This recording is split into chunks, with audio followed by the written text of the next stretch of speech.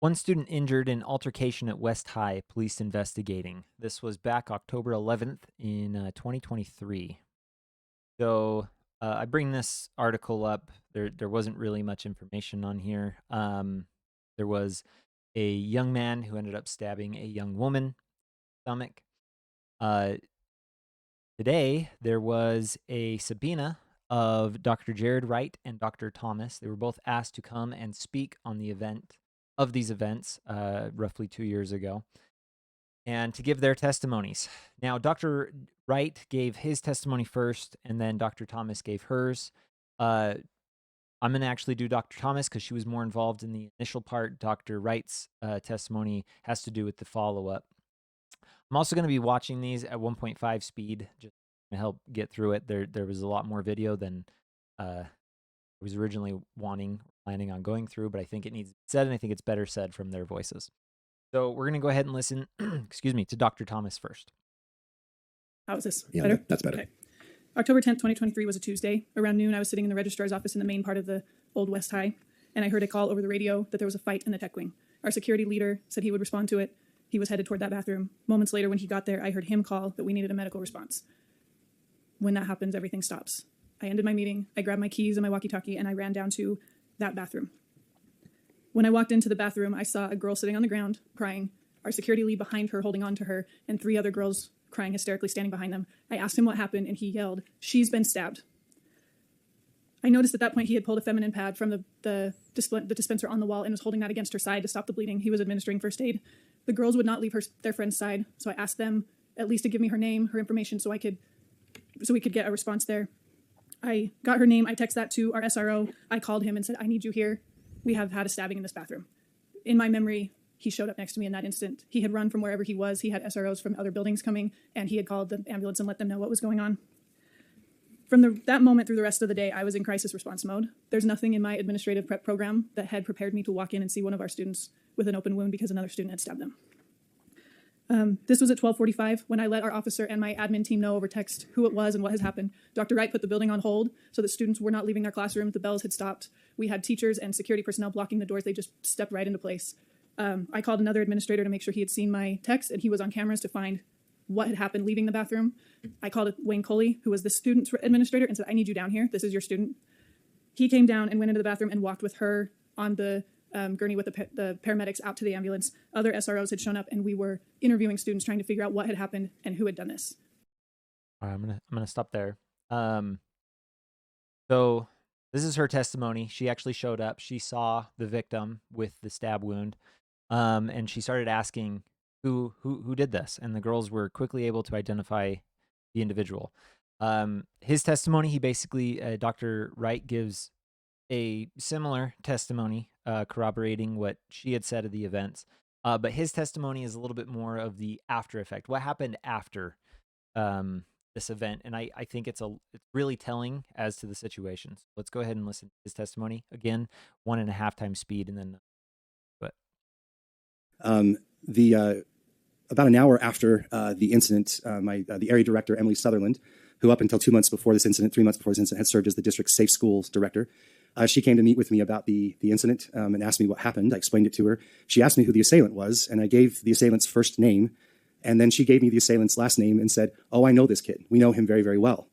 I was a little bit surprised and taken back. I said, "Help me understand what that is." And she said, "Well, as a safe school director, I'm aware of that." She opened up some records, and she said he was removed the previous school year from Northwest Middle School for fighting for violent acts and for threatening to bring weapons and to kill people at Northwest Middle School, and he was safe schooled. I looked up his attendance right there in that meeting at Horizonte, where he'd supposedly been, and it indicated he had hardly ever attended there. So I asked Ms. Sutherland, I said, "Did he complete any programming? How could he just have been here without telling us?" And she said, "Well, I think he completed it. I'll have to get back to you, but we figured that he needed a fresh start, a clean slate, and we weren't confident that you would treat him well if we told you about his past." I was very concerned at that point that obviously clearly viewing a systems failure and a negligence of leadership to ensure the safety of individuals, particularly when a school system knew full well exactly what the student was threatening and that he had behaved in such a way that endangered the well-being of others, and then had committed the act that he said he was going to commit. The following day, the student was arrested, and we submitted safe school documentation actually that evening.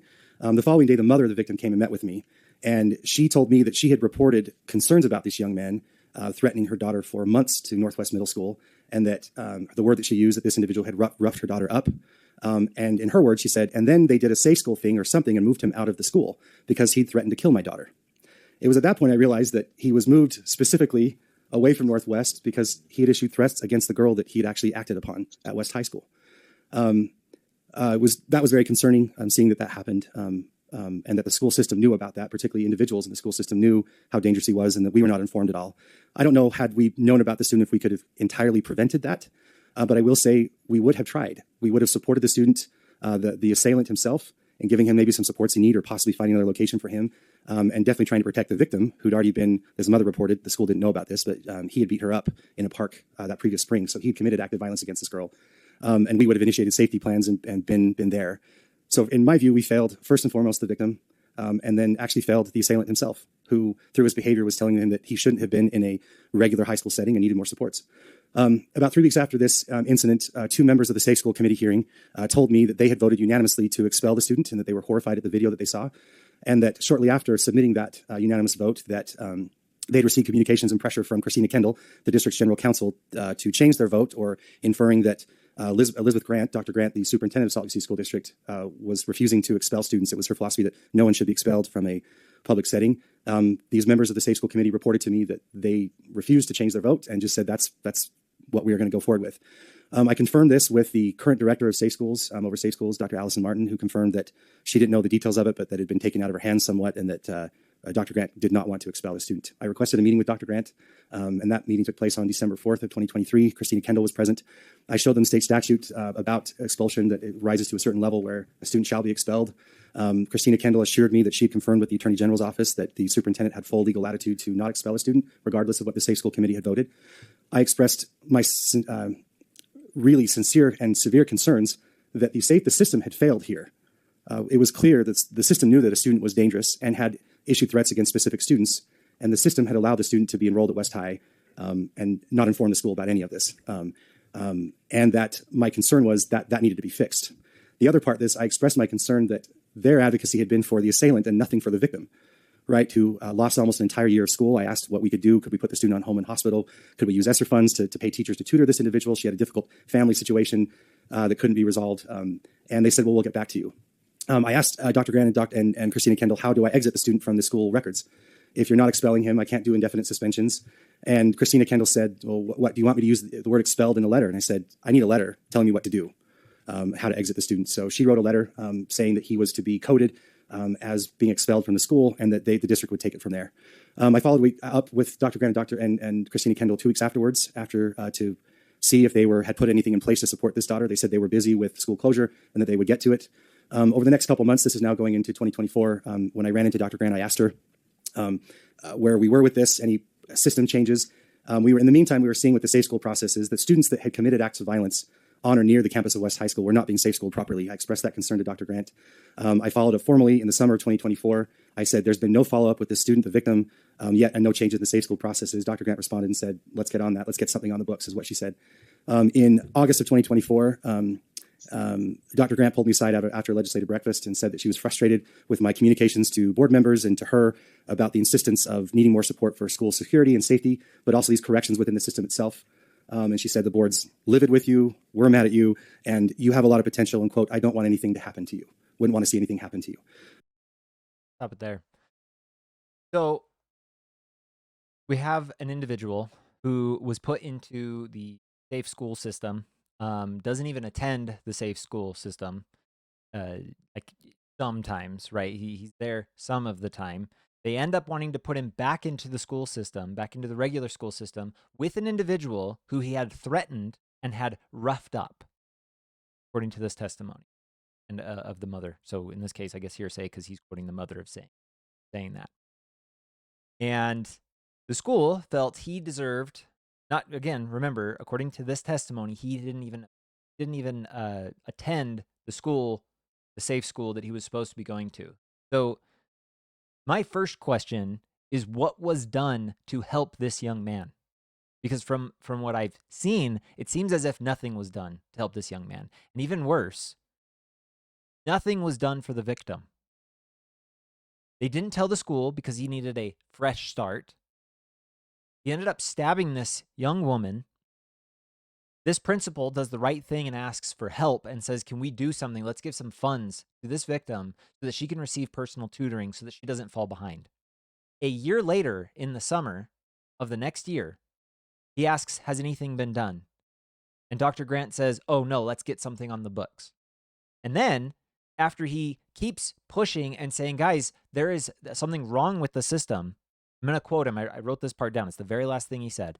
Dr. Grant pulled me aside after a legislative breakfast and said that she is frustrated with my communications to board members and to her about the insistence of needing more support for school security and safety, but also these corrections within the system itself.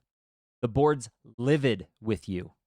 We're mad at you, and you have a lot of potential and, quote, I don't want anything to happen to you. Wouldn't want to see anything happen to you. That, to me, is a threat. They're threatening him for trying to look they his students, which is his job. Now, I encourage you to take the time to go and watch his full testimony and her full testimony. They open up to some questions, and during those questions, they ask if he felt that he'd been retaliated against. He said that he felt that he was. There was an independent search or something, investigation. They didn't necessarily find that it was, so whatever. That's his lawyer there to his right now.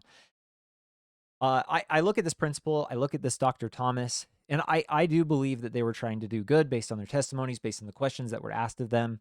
They both stated that once they left, he resigns and she ended up leaving to, they're both in two different school districts now.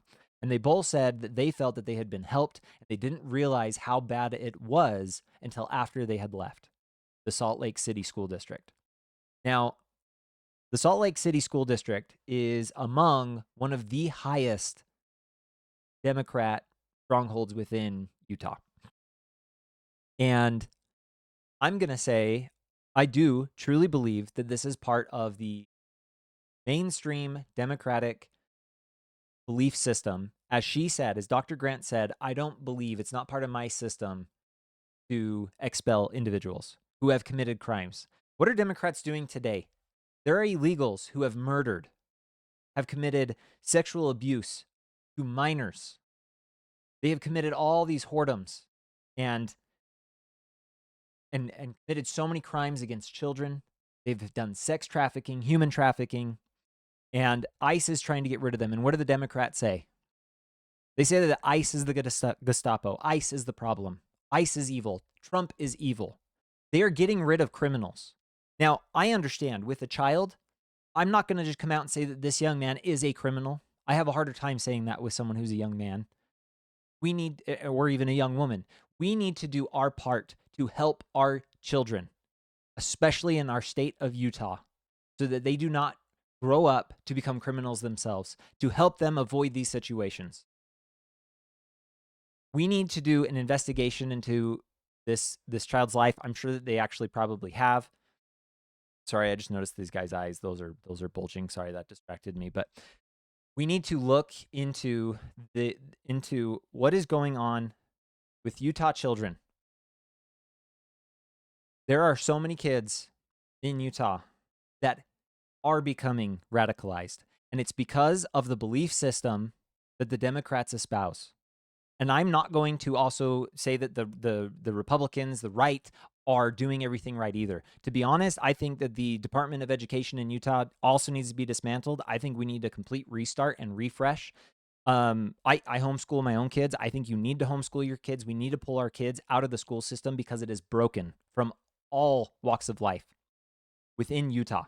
Okay, Utah does do really well compared to the national stage, especially for how much money we put in. We get a lot more out, and there is a lot that is good within our school system. But right now, it is being abused, and it is being battered, and is being destroyed. So real quick, I want to point out who these individuals are. This is the Salt Lake School District. These are the board members. The individuals who are livid with Dr. Wright for saying there was a breakdown, there was some negligence, there was a problem that got a young woman stabbed. And not only that, she needed help and you did nothing and you're mad at him. And quote, wouldn't want to see anything happen to you. This is the school district. Okay, these individuals: Bryce Williams, Charlotte Fife Jefferson, Ashley Anderson, Nate Salazar, Annie Romano, Brian Jensen, Amanda Longwell, and Foss Goodwin. Okay, those are the board members that are upset with Dr. Wright. This is the executive cabinet. Oh, look at there. Elizabeth Grant. She's the superintendent of schools. We scroll down. Here's Christina Kendall, the general counsel.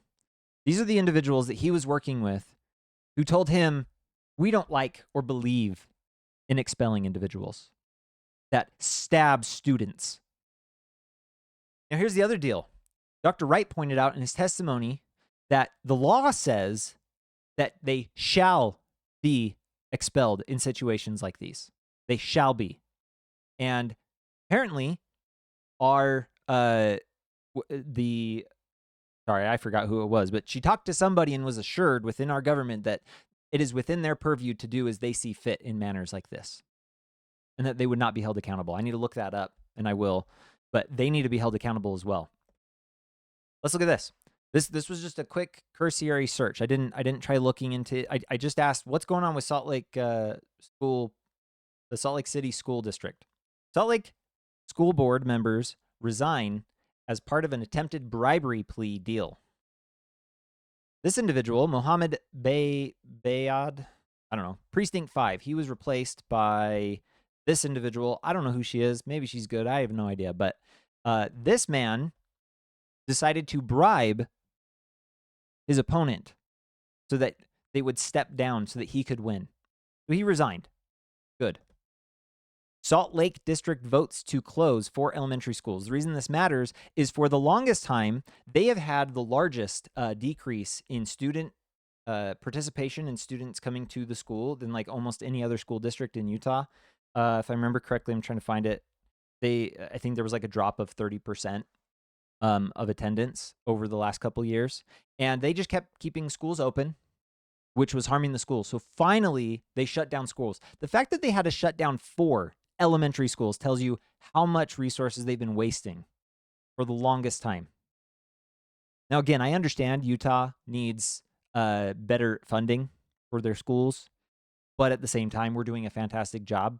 So I think that deserves a real honest discussion of what we need to do with our school system. First and foremost, though, it needs to be disbanded and we need to start over, in my opinion. I don't think at this point we can restore it to anything good. I think it just needs to be renewed.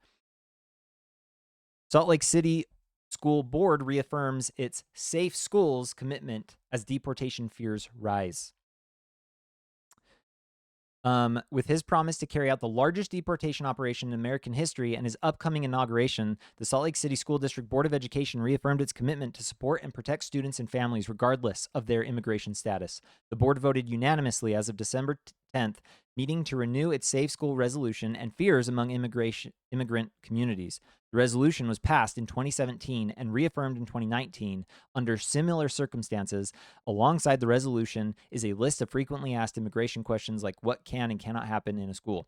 Now, generally, Utah allows anyone who's in Utah to go to school.